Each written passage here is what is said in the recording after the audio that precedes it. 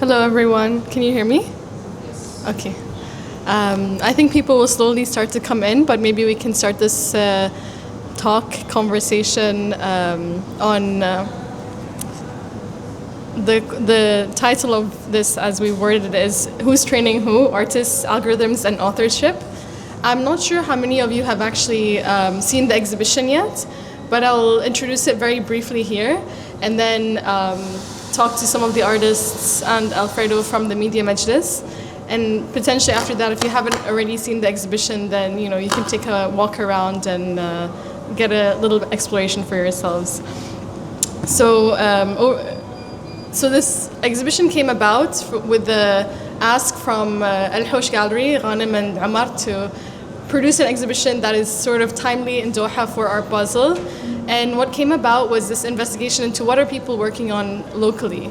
And from that investigation, we noticed that there are artists that are questioning this medium that is coming up, similar to the beginnings of the internet, this beginning of AI, and how are people using it? Are they completely rejecting it? Are they integrating it in some parts? And I think this is a question that actually we all struggle with in our day-to-day lives. So it's not just with art. I think you can relate to it in many different means. And sort of that's how we ended up doing this proposal and brief to the artists for them to produce an artwork that potentially integrates AI or rejects it in some way and questions it. So the first person you come into and see is the Noura. And the Noura, her work is completely AI generated, and she uses tools such as DALL-E and Midjourney to, she calls it hacking the AI. So she uses prompts to try to create an image of what potentially someone living in Qatar would look like. Because if you put a prompt into AI, it usually doesn't give you what you're asking for, and it takes a long time for you to teach it how to produce something you'd like. And she's become an artist fully integrated in her AI medium. And then we have Christo and Andrew, which produce the work in the back. And they're a collaborative duo that do these staged photographs. And then the culmination of that was this video that they used to incorporate AI and to questioning the realities that we live in today. It's sort of a dystopian film. And we have Maha Sabai, which uses the themes of waiting and connectivity and examines the liminal spaces that we work on, where there's this TV that's constantly loading and this anxiety that we feel but never really reach. And then lastly, Mubarak Thani works with this hand mechanism where he repeats the automated repetition of these blocks, but actually he completely rejects AI, but actually the manual way he draws is exactly what AI does with these repetitions and these algorithms, but in a real human way. And then over here, I would like maybe, Farjana, for you to introduce your work briefly. Thank you, Mariam. So I'm Farjana Salahuddin. I'm an interactive media artist. I have two pieces here, one specifically made for this exhibition. It's called Zikr. So my work always entails in blending tactile or physical or traditional work with interactive media that includes a lot of for the visitors to feel and sense the work and have kind of like a two-way communication. So my piece here, it's a misbah. It's a 33-beat misbah, which has its own hand engraving as a journey of self-development. But the main point about this was to create this kind of like a stark contrast or comparison of the repetition that we do with misbah or prayer beats with that of the digital repetition or the digital compulsion of social media and doom scrolling and mindless scrolling that we do. So it's kind of an interesting comparison in that way. I would love for you to invite you to visit it after the talk. Hello everyone, my name is Wurud Alzam. My work is the one titled Shakumaku, which are based on 9 illustrations representing 3 different dialects from Iraq, from Basra, Mosul and Baghdad. And all the 9 illustrations are manual, digitally illustrated, and I incorporated AI in this project based on just animating, simple animations from a 2D drawing into how to bring it to life through animations using both AI animation and also manual animation using After Effects. So it's including kind of a mixture of both together. And the concept is to celebrate the different dialects of the country and visually translate Iraqi lyrics into illustrations. Well, I don't have any work here, so Just about yourself and your practice. my name is Alfredo Cramerotti. I'm the director of the Media Majlis Museum at Northwestern Qatar.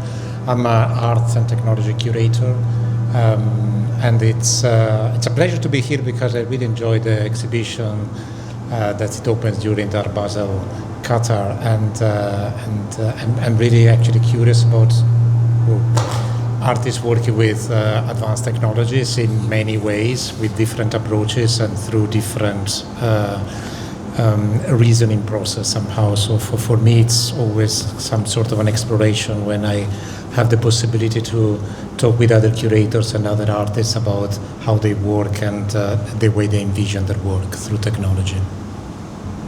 Thank you very much. So maybe we can actually start with you, Alfredo, since you... Okay.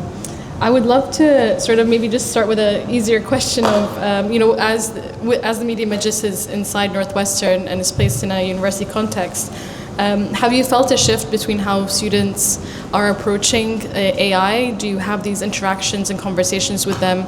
And not just that, but also within your exhibition context, has that changed at all in how you approach dealing with producing exhibitions? And, the Media Majlis, it's museum. It's a museum. Where I'm part of faculty, but I really direct the museum rather than teaching. But I do have this kind of a conversation with students because a lot of the students work in the museum as well as student workers. So we do have this interaction actually regularly. The genie is out of the bottle in a way, so you cannot just put AI back in the bottle because actually everyone is using it, and students are no exception to that. And I think the important element, which I kind of try to transfer actually when I have this conversation, is to be very transparent about it, and B, to use it consciously. So you do have the possibility to get ideas, but I think it's more important if you revise, for instance, or you get your work revised through LLM model, and then you compare different ways of revising the text as well. Because at the end of the day, if you want to have a voice, you cannot just rely on a language model to have your voice. You need to input yourself, and which is made both your background, your education, your experiences, your life in general, and then you can refine through different sort of protocols, let's say, in order to get the result you want. And it could be a report rather than an essay, rather than a series of questions for an interview, rather than whatever. So you can adapt the content to different formats, and I think AI is quite helpful in that. Because you don't have to reinvent the wheel. There are established formats, and the AI can actually structure that format. But the core content really cannot be generated through, borrowing other people's ideas. Of course, art is constantly borrowing ideas from life and from other people, but that's what is unique about the artist and any author is the way you incorporate and the way you create something new out of previous experiences. And as a museum, we approach in the same way. The motto of the Media Majlis Museum is having always another side. So we never really present a statement on something. We present different angles and different perspective on a topic, on a theme. And AI is a tool for investigating that for sure, because it's something that it's part of the daily life of most people, I would say. So you cannot just leave it out, and we need to present it in a way that it's acknowledgeable. And my personal approach as a curator and as a director is to not only show the final results, but also show the way through which the result appears and is mediated to the public. So you can show the coding of it. You can show the process. You can be transparent about the different iterations of the project when we're talking about digital art until you get to that point. So there are different ways to do it. The important thing, I think, it would be to be conscious about what an artist is doing and how he's doing and how he's mediated to the public. The work of mediating to the public is not specifically a responsibility of the artist, by the way. It's more a responsibility of the institution presenting the artwork, the curators, or the educators. So that the artists can have also their own space to think through it without necessarily being upfront. But it's important that that background information is transferred to those people who actually then mediate the content to the public. That's my point of view, at least. Yeah, that makes sense. That it's also your role as the curator to make sure that you're creating the right framework for these works to be looked at. And I like this idea that you're saying that you show the process, because I think the process is really important, especially because sometimes people don't actually realize, like I didn't realize before working on this show how much goes into actually creating and prompting the algorithms to produce what you want, as a tool, because I come from the art background and not the AI background, whereas, we have artists here that are engineers that are creating and producing things, not as an artist, but as as someone that's working with AI. So that's very interesting.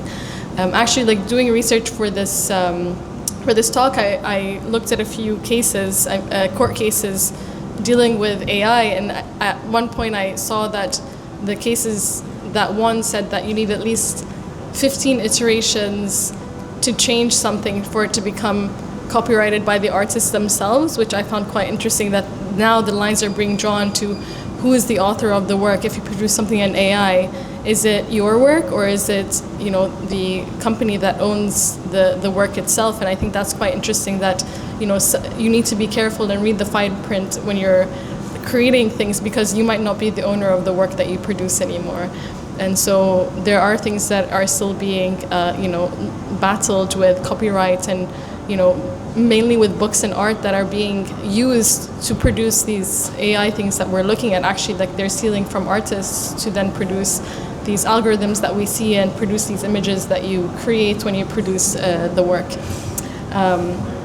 Is there anything that you would like to say about any of it? About the iterations?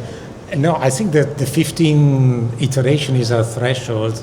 I'm not quite sure how it came about. It was one of the court cases that won. It seems like a random number. It could be 23 or 5.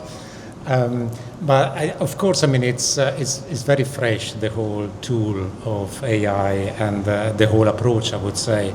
So we are still living through the hit and miss somehow, and sometimes we get excited about a certain technology and then we use it. What I like about working with artists is that usually artists are very, very critical about the technology they use.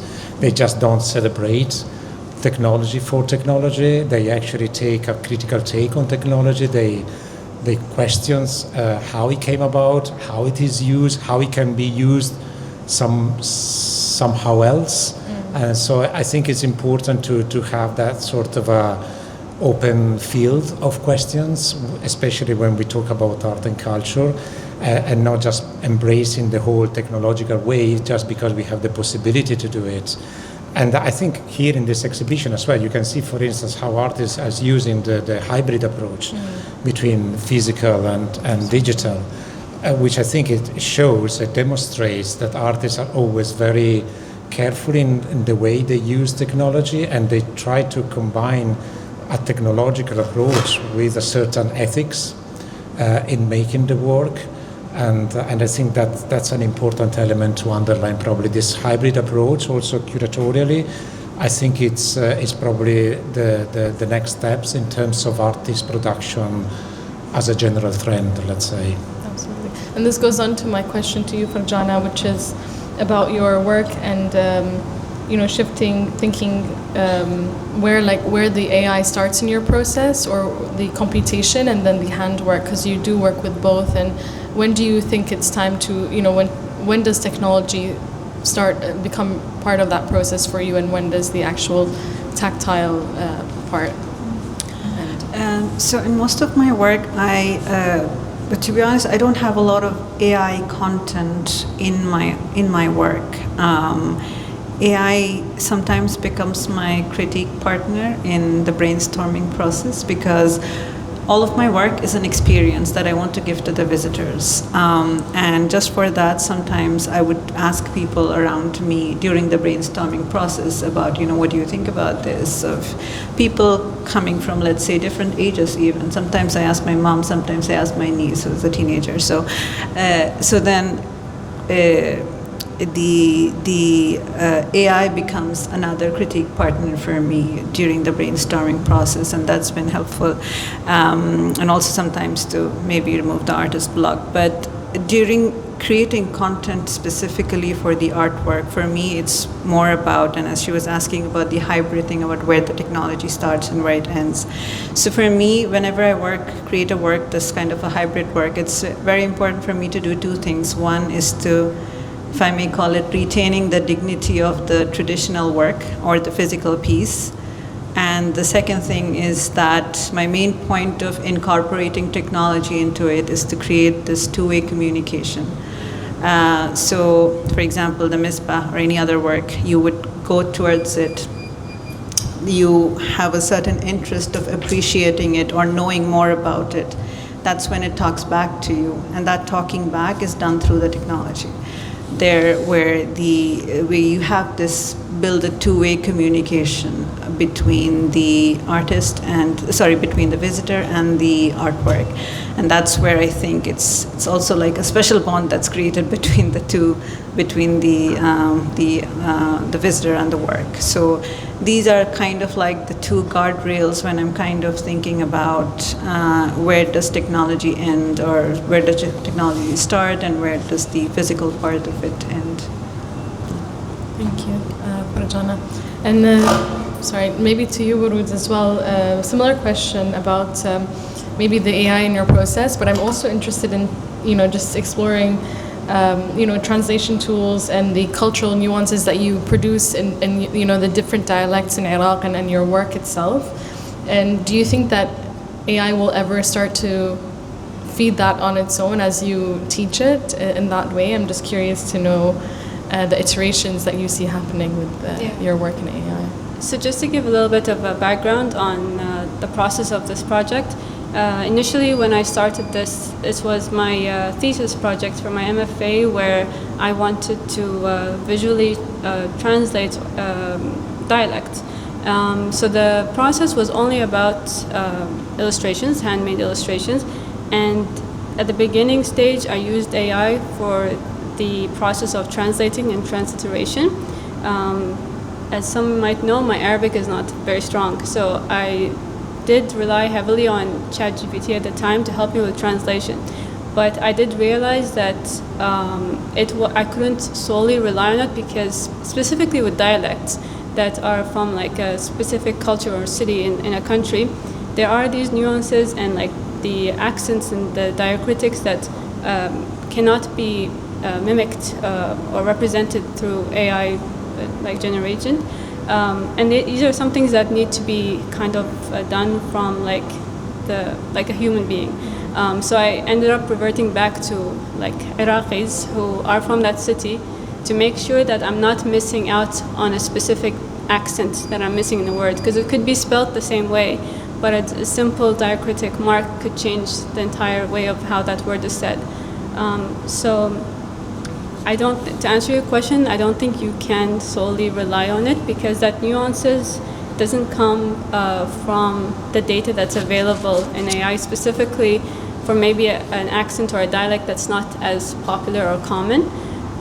And that was the key aspect of my project at the time, because that the connection of the nuances is what makes people feel the project. Because with AI, it would lack that emotion and that sense of belonging. where it would have been just a generic translation. But then the AI came later on when I later developed this project from just 2D illustrations into these animated videos. But even then, with the videos, there was still a lot of data that was not there to understand my illustrations, because with my process with using AI in this exhibition, I was honestly experimenting. It was a new tool for me. I'm not someone who've used AI with my artworks a lot in the past. I used it with the research and the references mostly. Specifically with the compositions, I focused on an Iraqi style of art called Baghdadiyat, and I don't think the database from AI is very used to that kind of visual features. So a lot of my illustrations morphed, like the features morphed into something else, something more generic, which was the main aspect of my illustrations. And that's where I had to blend in both, like my side, the authentic Iraqi manual side, and the use of movement through AI generated. So it I needed both in a sense. But I definitely don't think it's 100% could be able to translate it. Yeah, absolutely. There's a lot of manual work that goes into actually feeding the AI, and I think that's something that I didn't realize before, is that actually there's so much work by hand, or things that, audios that you have to take from people that you actually feed in, and through this feeding it learns. So everything we produce and we feed in is actually producing what you want. So you could have uploaded, 1,000 people speaking in one dialect to then for AI to learn that this is what it needs to sound like, and it will learn as it goes, which is sort of also the scary part about that as well. So actually, if anyone has any questions as well, please just raise your hands and we can do this part of the talk, or we can do it at the end as well, just to keep it going. I wanted to ask a little bit of a different fun question of, are there any tools that you would recommend people here test out, as they explore this idea of art and AI? Is there anything that you saw or you tested that you think would be interesting for people to try? Yeah, I can start. For me, like I said, this was a new experiment for me as well. And I tried different platforms for video generations. And the most one that I enjoyed and I got very interesting results was a website called Kling for AI video generations. And a lot of, I would say I have a whole folder right now somewhere on my computer with failed videos, which I think are great, because they come up with results that I probably wouldn't have expected or wanted this video or animation to go through. But for me, I saw it kind of as a way of, it's like the same as sketching in a way. When you're sketching different ideas and experimenting to what possibly the visual outcome is, it's the same thing with trying out a new AI tool. As long as you use it as a tool and not just rely on it solely, I think I would 100% recommend this if someone's interested in videos and animations. Definitely get some good results. Yeah. Well, as I don't really have a lot of AI content production, but I can share an interesting thing about how AI was used kind of towards the end for my piece Zikr. And I think it kind of got a good balance after that, which was, towards the end, all of our work goes through a kind of evolution while producing it as well. So towards the end, when I was looking at what kind of notifications to pop up, and that could be interesting, I initially had just regular notifications like calls, WhatsApps, and whatnot. And then to kind of increase that kind of stark realization for people, I asked AI that, what would you tell people, someone who's, doom scrolling or mind scrolling, what would you tell them from your side, from the system?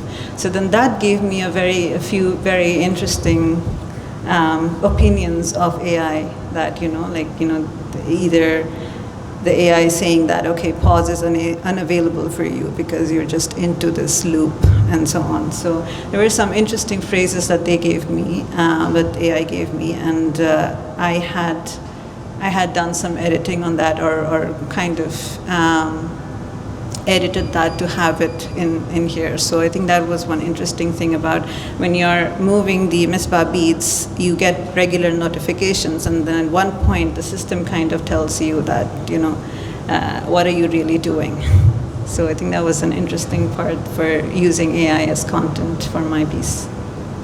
Yeah, absolutely. I would love to know where that, the whole concept and idea of comparing the misbah to the text, because I think once you see it, you're like, of course it's so clear, but I think having that idea and initially that repetition, that hand, that tactility, and connecting the two is a very interesting point for us to connect, because it is very similar, this attention grabbing thing, to something that is so introspective and so offline. So when I first initially read the brief for this exhibition, or the theme of this exhibition, one word kind of got stuck with me, and that was mindless scrolling or doom scrolling. And I wanted to do something with that. So I knew that this is what I wanted to work with, and I needed an interactive or tactile object or work or piece that will translate into the mindless scrolling. And I started imagining, and that's how everything happens. Like, I started imagining that, okay, what else happens? Because this mindless scrolling happens every day. Like, we look people around, and someone's probably doing that. So I was kind of imagining, what else do we see that kind of has a similar gesture and people can relate with so much? And then it's not very hard to imagine somebody in a mall who's walking around and has a misbah in their hand. Maybe they are spiritually involved with it at that point, or maybe at some point it has also become a fashion accessory. While I was actually brainstorming for this thing, I've actually seen a few tourists, Western American, and they were getting out of Souk Waqif, and they had this whole thobe and the misbah, and they were very excited about it. So it was just like a funny thing during my whole brainstorming process. So and then I tried to kind of think about what is the output of these two gestures. If we are doing zikr, or remembrance, or the digital remembrance, the divine remembrance, or the repetition, then we are trying to look inwards, and we're trying to develop ourselves. We're trying to look inwards to raise ourselves. Call it looking into your soul, or looking into your faith, however you take it. But when we are talking about this digital compulsion of scrolling, or being involved with social media as much, then we are what we're doing is that we're looking outwards to raise ourselves, or to getting that social media validation. We're looking outwards to get validation for ourselves. So these are two very stark contrasts. One is that you look inwards to raise yourself or to get your validation, and the other one is that you're looking outwards or dispersing yourself. And that is what the work reflects here visually, and also in terms of feeling and senses.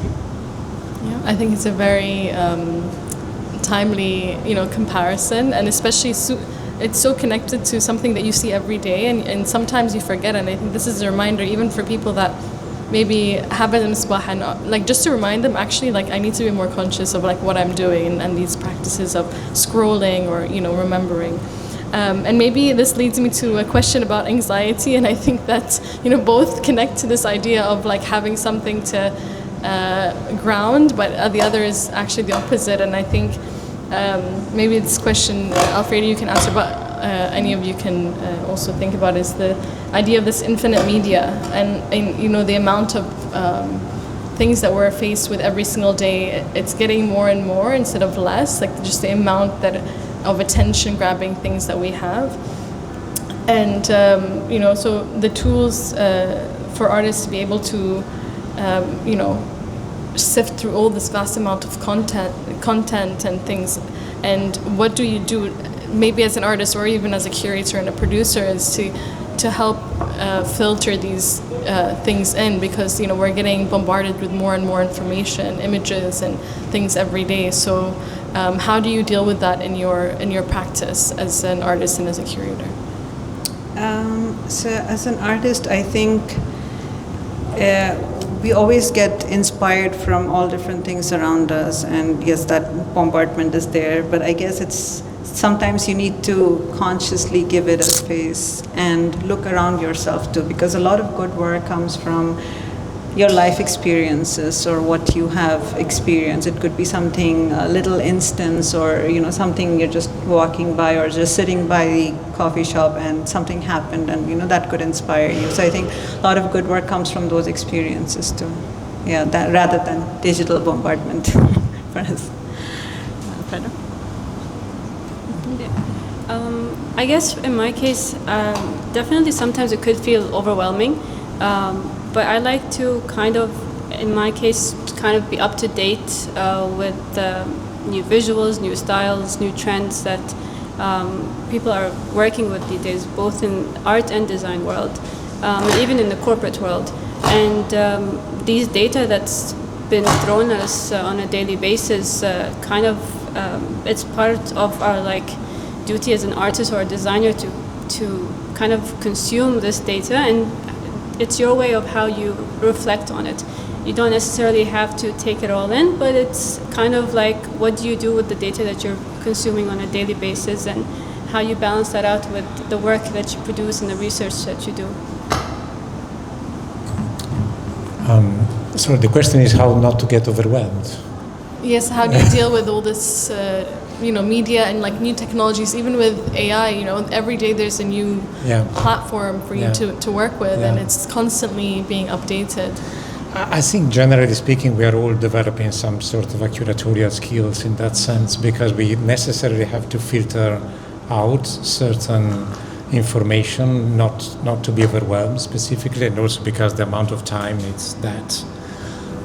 So in a way, I think that as a curator, maybe I'm trained more in doing that, and I have to say personally, I rarely feel overwhelmed by information. I'm kind of good at sort of narrow focusing on, and I think probably this is because I give priorities within my awake time, let's say, and but generally speaking, I think that it's important to guard your personal time, which is not something attached to a device first, and secondly, when you are attached to a device, I think it's important to keep open your options. So if you are kind of following,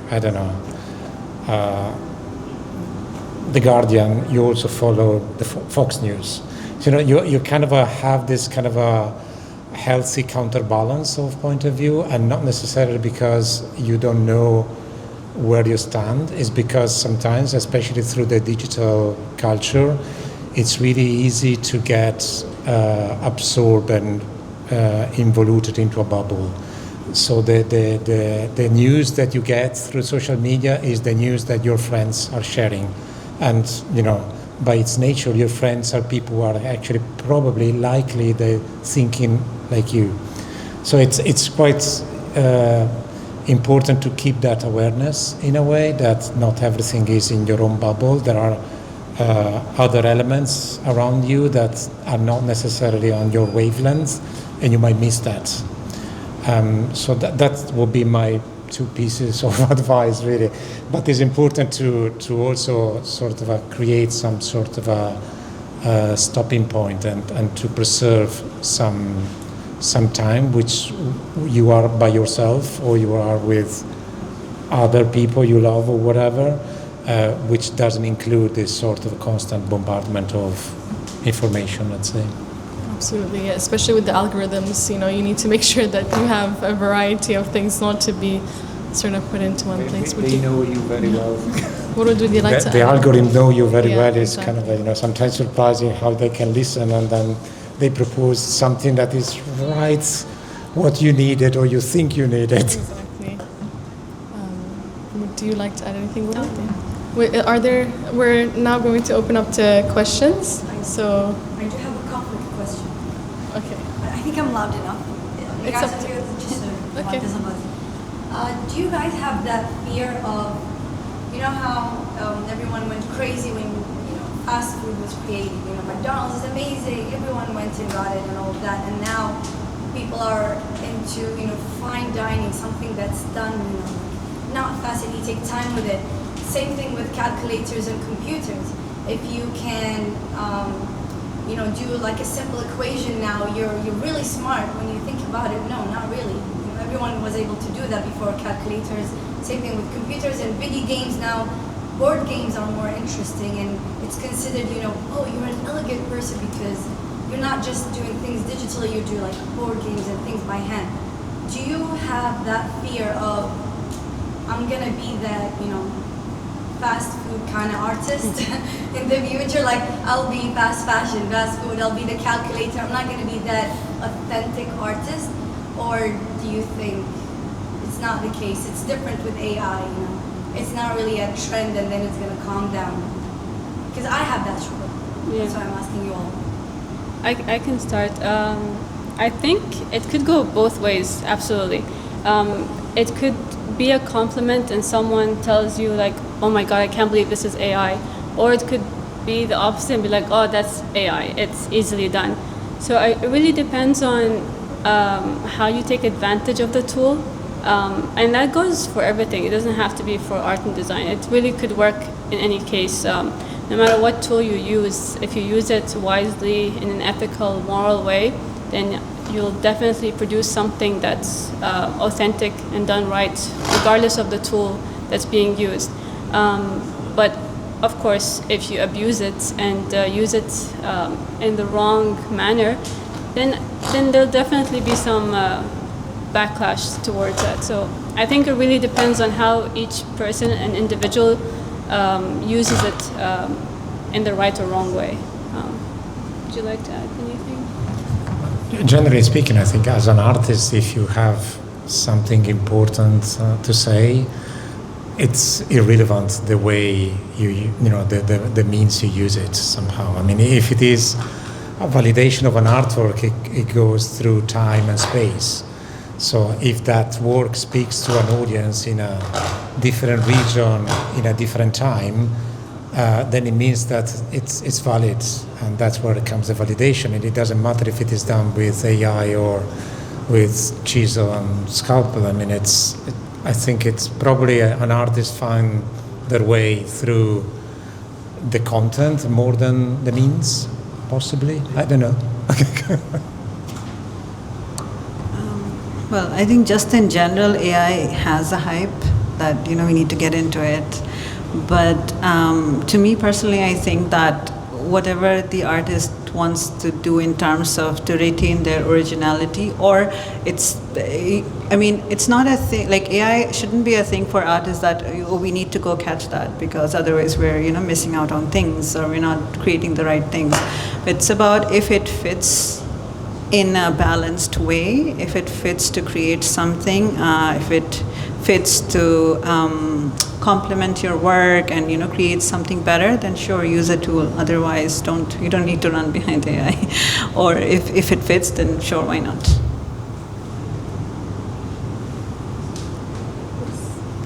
Back and then, yeah. Would you like a? No, I think I'm loud enough. Is it loud enough? We're good. Okay, the topic that you guys have brought up is a little bit controversial. So, as artists, how do you approach this feeling that some people say that AI is just killing the innovation and also it's killing the spirit of the art? Do you think it's killing the spirit of the art and the artist? Because artists put their parts into the artist. How do you approach this? I can start. Again, it's about balanced use of it. is AI. If you can use, for example, I think Urut uses some things to do the animation. If there is something of a very strong concept and a strong visual concept that comes from the artist, and then you just need AI or the machine to make your process of animation quick, then it's just a calculating thing for the machine. So I think in that case it's okay, it's completely fine to use. So there's a balance that has to be found about where is AI killing the heart and core of the artist. It shouldn't. It should never, because that is the one thing about, let's say, a difference between a graphic designer and between an artist is that we definitely give our heart and soul, and whatever we are thinking, a lot of times we speak through our work. Sometimes if there is a life experience that has happened, it could very much reflect on our work, and the AI would never be able to give you that.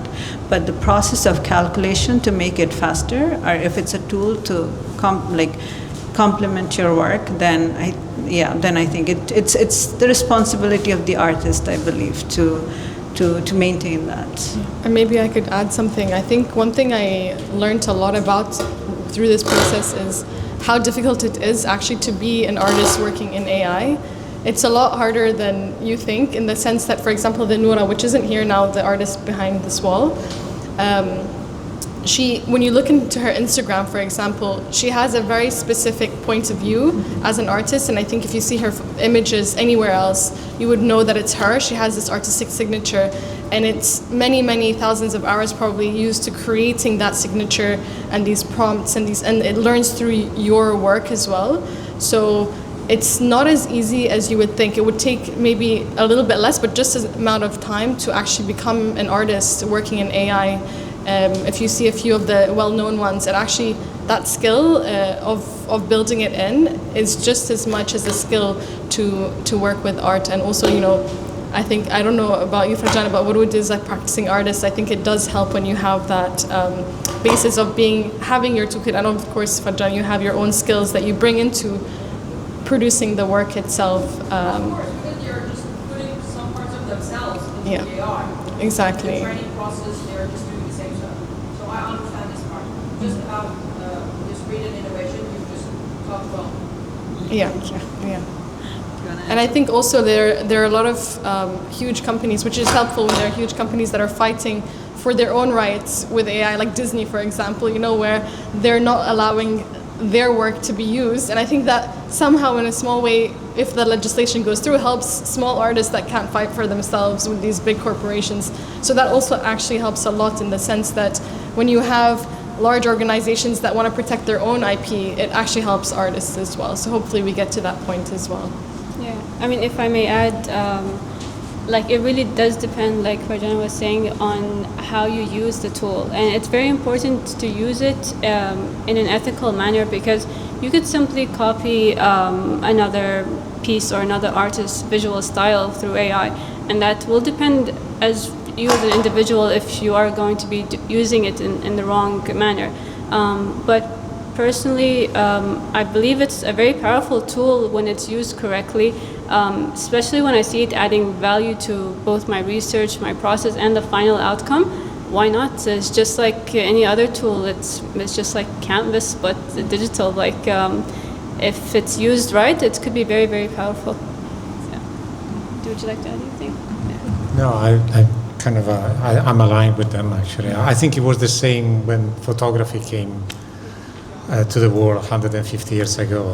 Everyone was thinking, oh, that's, painting is dead and there's no need for painting or painters, and instead it just became another way of working and creating culture and as a tool.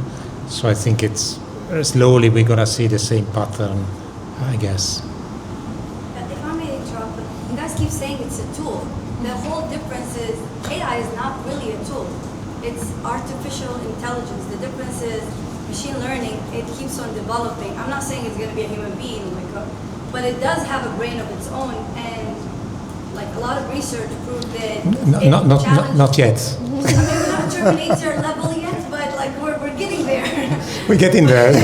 Like it's pushing back. That is the scary part, I think. Like, okay, big companies are fighting for their style. Like we've seen Ghibli Studio trend when everyone put their pictures, you know, draw me like a Ghibli Studio character.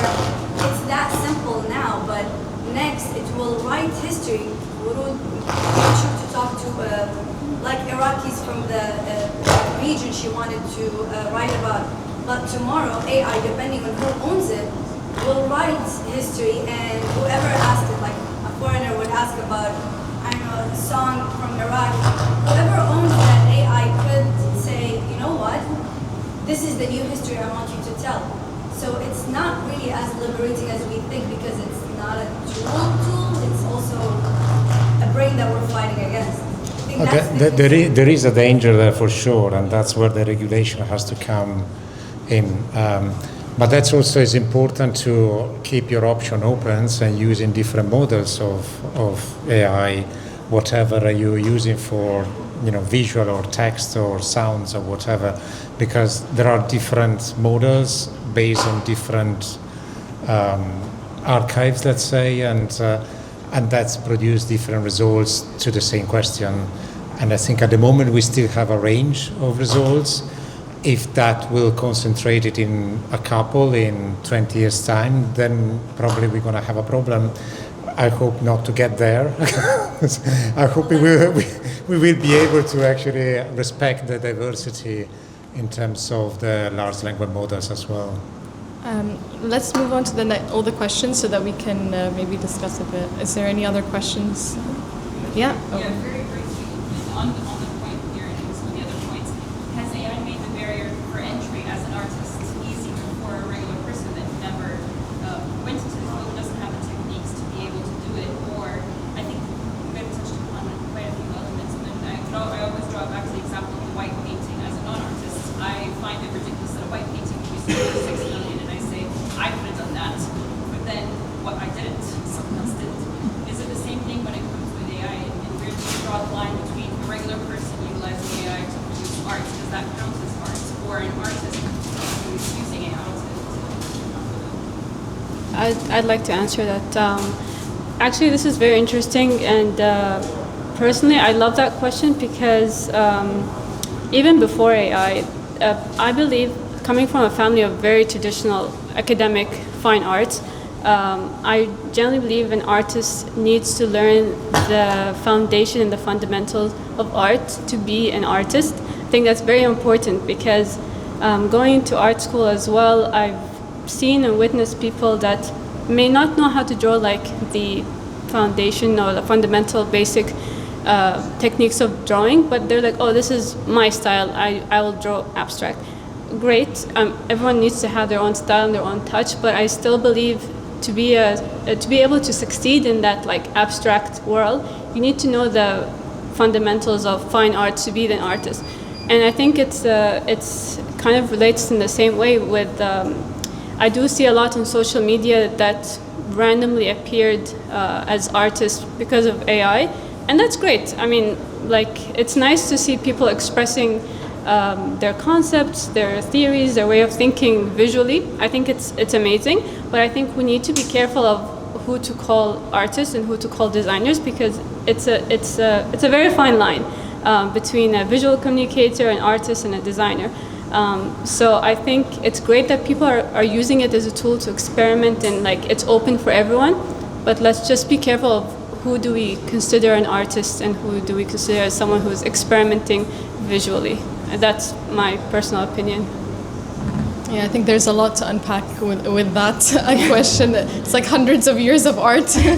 But I think one of the best, or my favorite definitions of what art is, that someone once said, can't remember who, but is that it doesn't need to work. And this comes back to this idea of design. It's that design has an actual utilization for it and a function, whereas art doesn't have to have a function.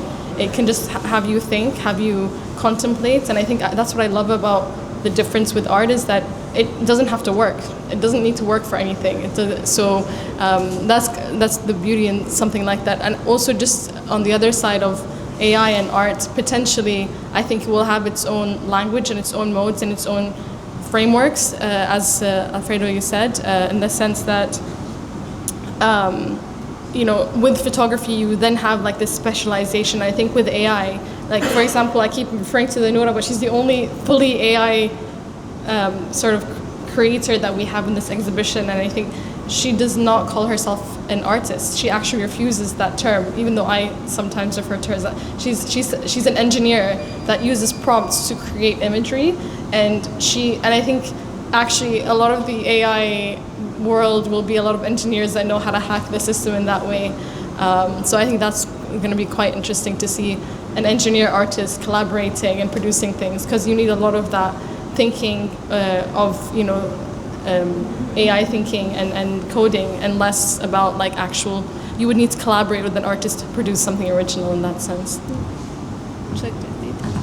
No, I agree. I think I'm not concerned about that, I have to say, because to me, I mean, if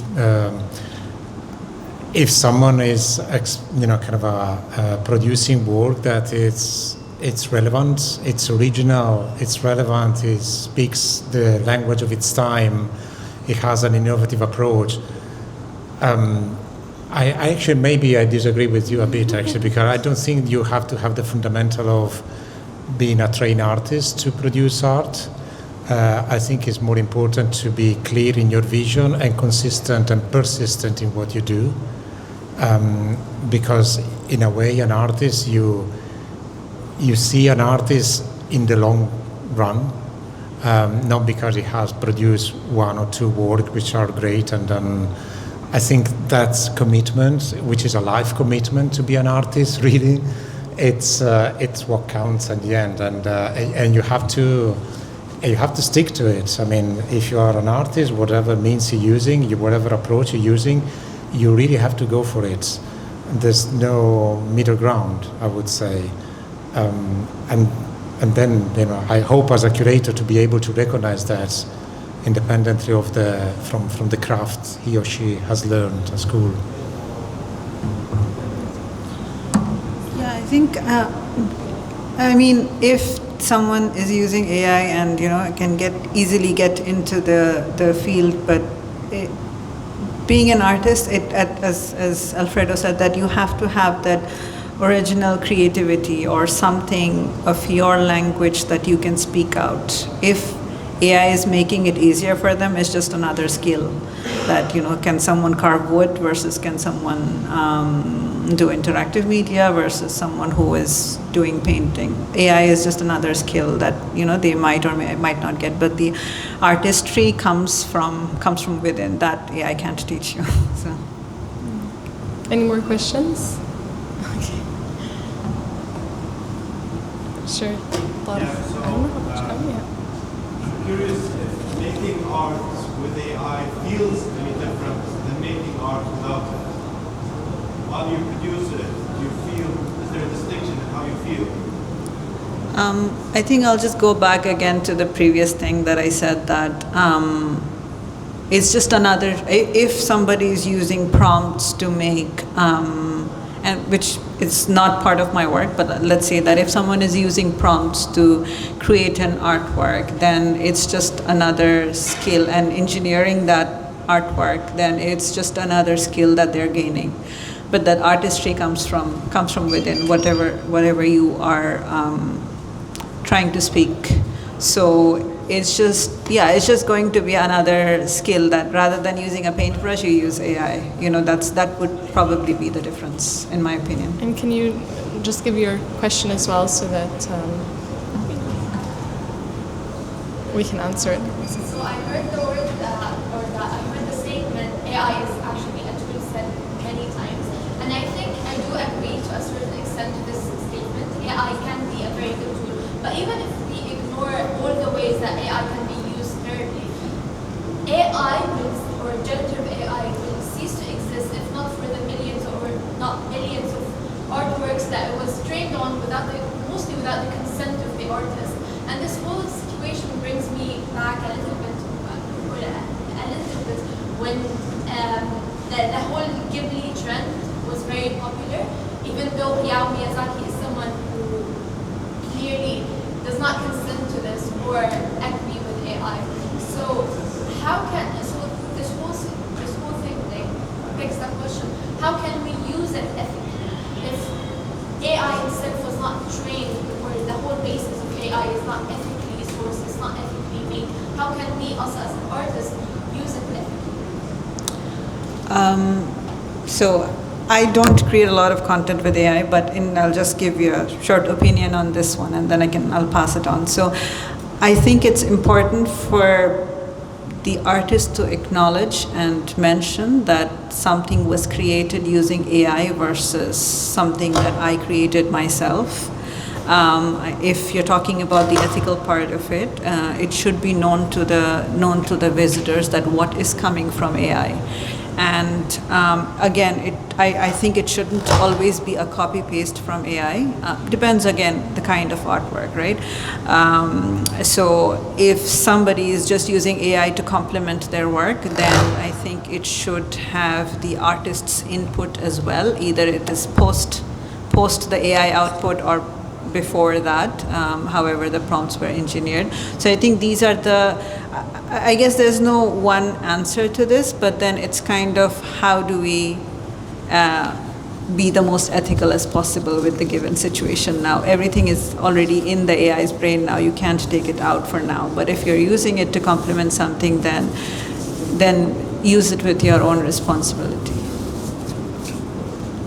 Yeah, I can just add, of course, it's very wrong for the visuals or data to be used without the consent of artists.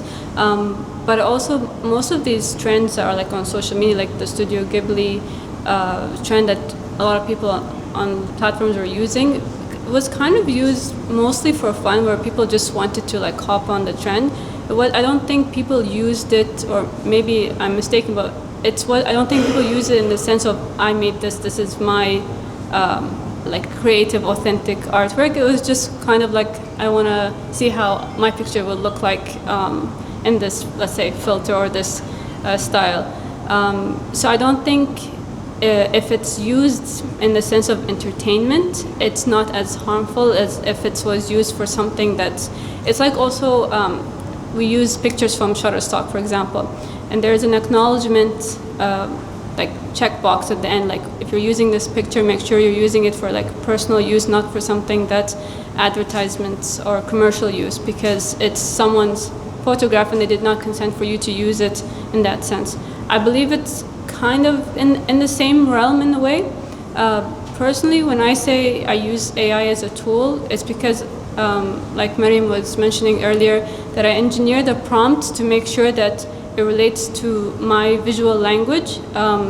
So when the visuals or the outcome is produced, it doesn't like steal data from another visual reference.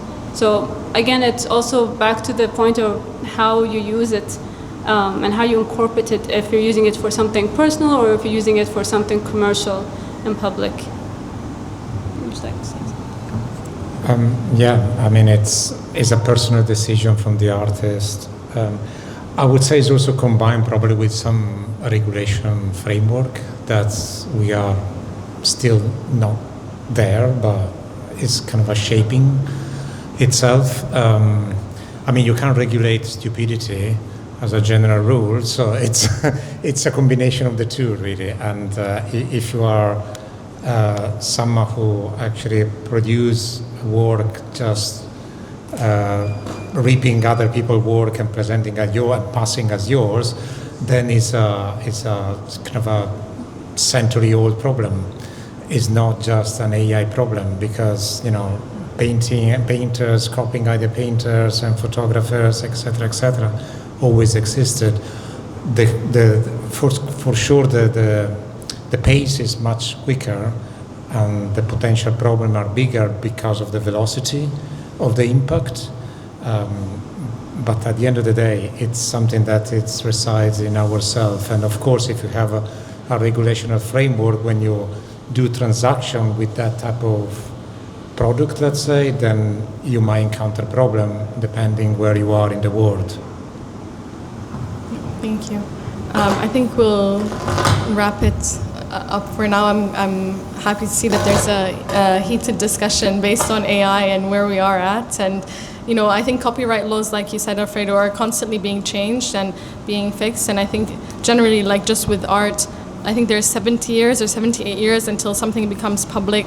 Anyone can really use it. And I think things will change with AI, where there's probably a certain time or something that will happen where, there will be public images and images that can't be used. But I would also always recommend to read the fine print in the AI models that you do use to make sure that they're not taking your work and using them for other things, because there are some that do that, and I think maybe as like a parting thought is that, we are the ones who are using this technology, and we should also be careful of like what we're feeding it and be mindful of what we don't want them to know as well. So you're feeding this, being aware that this potentially could be used for public consumption.